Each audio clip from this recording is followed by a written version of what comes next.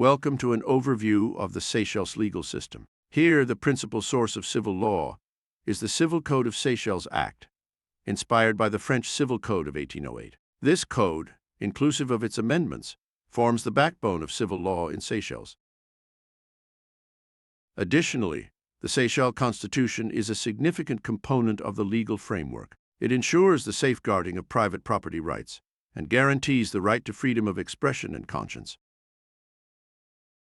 Case law is another crucial source of Seychelles law. For example, the case of Petrescu v. Ilescu demonstrates how the Court of Appeal interprets and enforces the law. In this instance, the court gave a clear understanding there is no concept of trust or trustees in the Seychelles domestic law. Seychelles' legal system is unique, referred to as legal métissage, representing a blend of both common law and civil law, influenced by the island's French and British colonial history. This special blend makes Seychelles one of the few jurisdictions having a hybrid structure of this kind globally.